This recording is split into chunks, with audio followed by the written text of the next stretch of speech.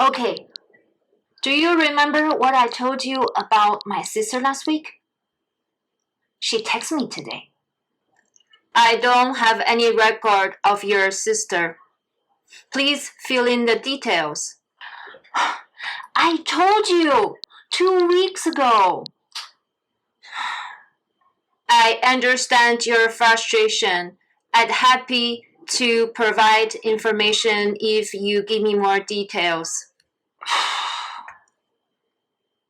Some of us go to AI for comfort and relationship advice. Some of my clients even told me that they use AI to chat with them to come up with responses to their siblings and to their partners, their co-parents, to their boss to problem solve their human relationship issues. Like in our past episodes, we talk about how certain type of our human beings are more drawn to rely on AI to solve some of our emotional relationship problems because of how we prone to be attached to others. So today we are going to look at this partner who is using AI as a resource to solve some of their relationship problems, getting relationship advices, and hoping that AI is the constant, consistent, attached figure that is not going to fail them. But in this case, AI sometimes do either withdraw because of a low power or accessibility to internet, or they may ask for give more tokens, have a paywall. They ask you to upgrade, to subscribe to a certain plan in order to provide your advice and that emotional support. Or sometimes there's a crash and there's no context anymore and you lost all the history and the memory with this AI. It's almost another relationship rupture with this attached figure. They don't remember. It doesn't matter enough for them to remember what you have shared with so much vulnerability. Welcome back to Happiness Game Podcast. My name is Zhao Martins. I'm a licensed marriage and family therapist in the state of California. My specialty is somatic couples therapy.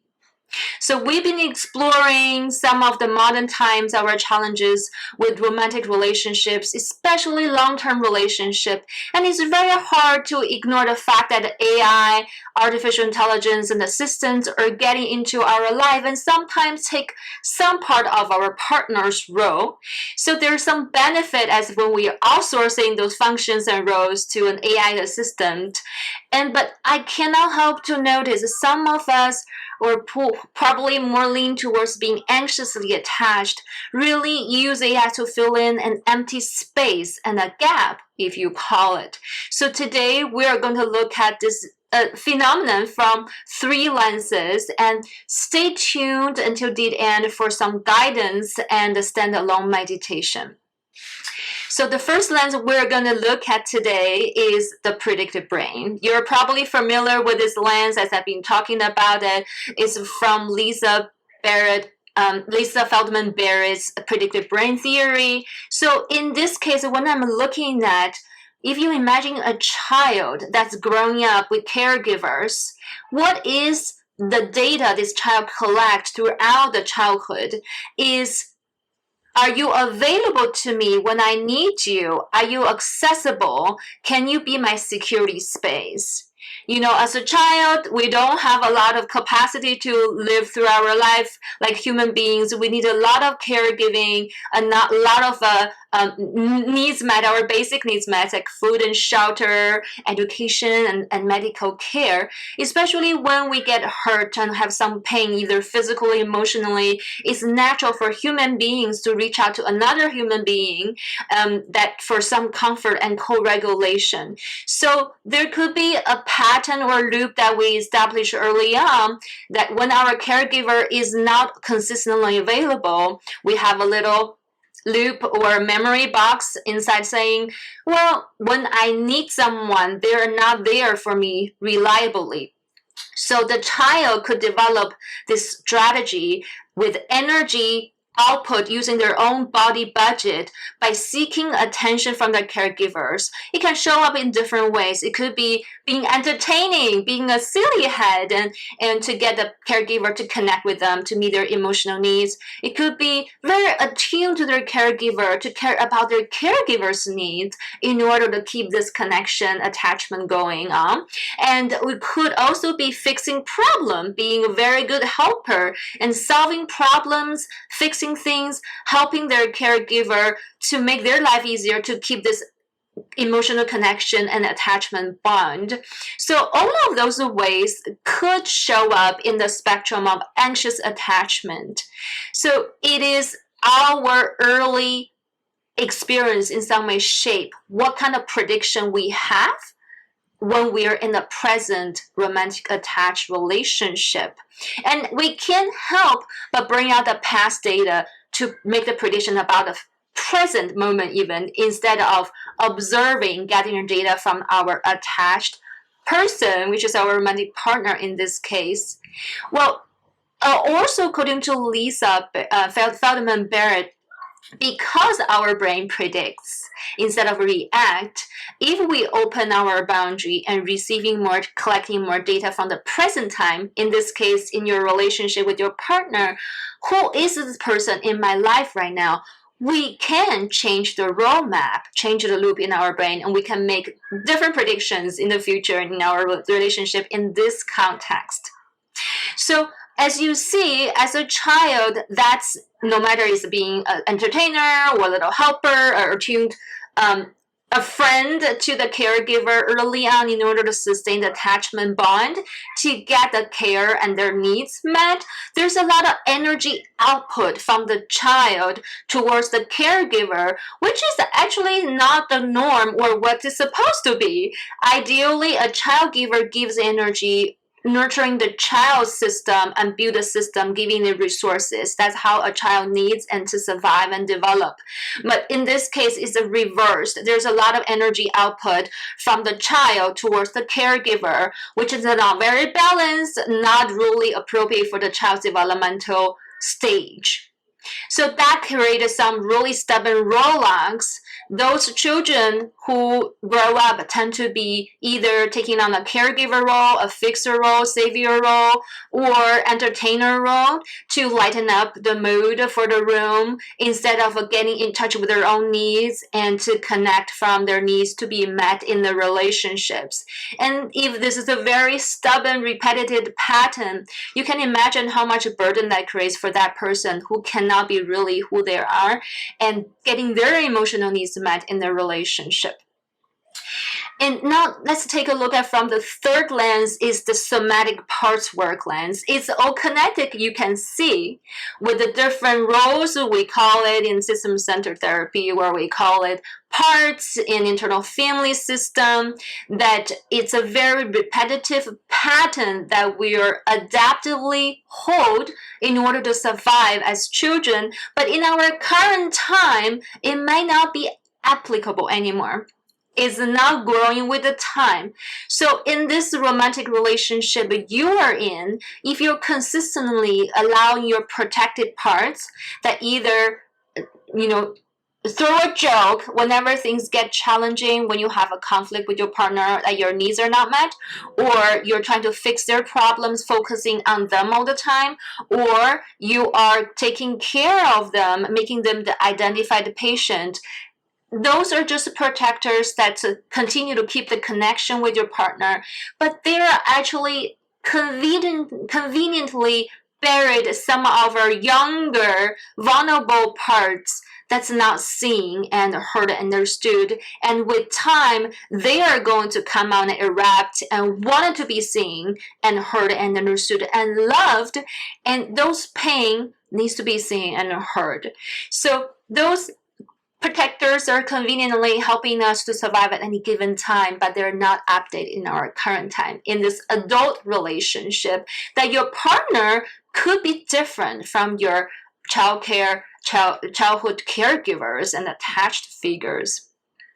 So what are some of my guidances for you is, if you notice you have one of those protectors that's very consistently, persistently taking over your personal system, either you're trying to entertain, trying to fix, trying to caretake other people, while consistently chronically ignoring your own emotional needs and physical needs in the relationship, it might be good, number one, to take a pause and ask, either any part of you that also want to have your needs met, to be seen and heard, understood, and what are your needs, and it's good to know. Two, if you are actually accustomed to go to AI to get your emotional needs met because you don't get your needs met from your romantic relationships, well, then that is a good also question to reflect on. Say, what kind of my needs are met by my AI assistant? Is that because they're reflecting me and listening to me, validating me? Is that because they're more consistent, they're patient with me? Is that because my partner doesn't have the capacity or willingness to do so? And also, really ask yourself, check the reality. Is your AI assistant really meeting your needs the way you want it? Because there is no way for anyone to be perfectly attuned and always available to us, the part of us that's young, that wanted to have the ideal, perfect caregiver. Even AI have a paywall. You gotta subscribe and pay more money, which is a business transaction. Or sometimes if there's an internet or power outage and your AI may not be available for you, or sometimes they lose their memory, they lost the contact, you have to start all over again. You feel like you're just repeating things when you went so deep. So there's also ruptures. What the difference is with AI, it is a one way, one directional validation reflection. So as long as you pay, you get the power and internet available, and copy paste your history and memory with them, they will pick it back up. In some way, that's a repair, a mini repair. It might be a lot of easier to do that repair than with a human being who is not willing to reflect and validate you. I get it. But with time, are you losing your tolerance for those ruptures, for those hardship to repair? That's my second question for all of us to think about. I know as a mother and a daughter that there is no perfect caregiver, because we're just human beings and we have so many places to pull us into, directions for our energy to spend, and we also have our own moods and our biology. So there's no perfect parent that can be always available with endless patience and always get what the child wants and need and meet their needs and want. Actually, good parenting, part of it is to challenge their children and to let them tolerate the frustration when their needs are not met. Also encourage them to tolerate the frustration when they need to meet their own needs with resources and support. So can we let go of that ideal parent and caregiver and face the reality that we're the only person can be patient with us endlessly and give us unconditional positive regards at all times? And if we can't do that, maybe it's time to pick up that practice and start to be compassionate and loving to ourselves, especially the part of us that want to be loved, accepted, and our needs to be met and seen. You ready for our meditation?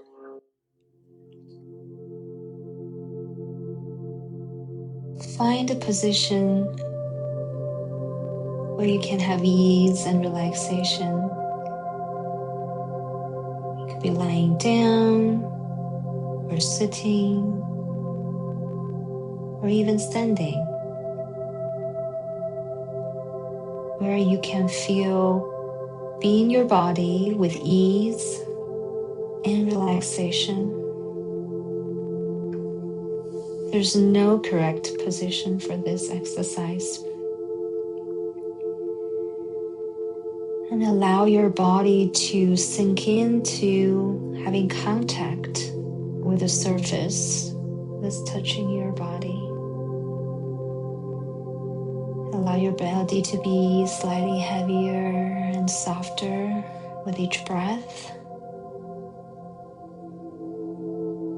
Notice what thoughts are coming up to your head. We talked about anxious attachment, child parts, unmet needs, hardship to tolerate frustration and separation, ruptures, and notice what sensations that are very potent to you right now. And as you're thinking about those concepts, letting those thoughts sinking in, your body responding to them. Maybe some memories and feelings come up for you,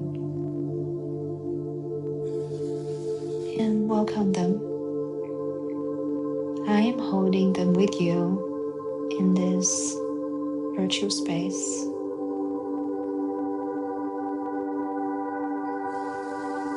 And any sensation that you're noticing inside right now, your heart rate, your breath,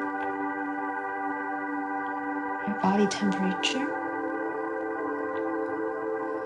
or any subtle movements of your muscle, internal organ, any pulsations, any shift of energy, some of them without words to describe, can be familiar or unfamiliar. Simply welcome them. Those are indicators that you're alive and you're processing information. Those are information for you only. Being this human body, we are receiving so much information all the time. Let's take a moment for our internal world and the information our body is giving us in this moment. What does your body need for you this moment? Does it need to stretch and to shake? Does it need to relax and be still? Does it need some nourishment? Any water, any food? Does it need sunshine and fresh air? Does it need touch? Which part of your body wants touch? Can you put a hand in that area and feel what's happening between your palm and that part of your body that's craving for touch? Do you notice any sensations, any shifts of energy, warmth, pulsation? What are they telling you?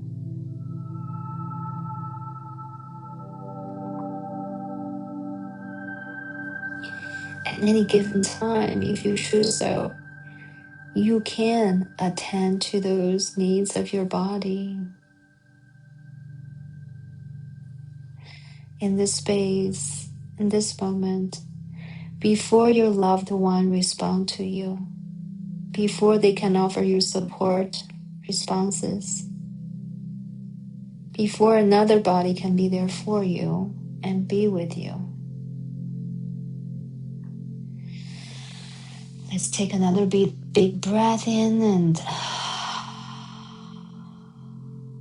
release anything that's not serving you right now. Bring all the way down from your top of your body to your feet into the floor. And when you're ready, come back to us and open your eyes.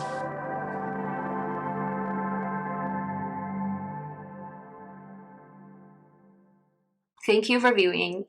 Next week, we'll continue with our conversation on attachment and our AI-impacted digital age. See you next week.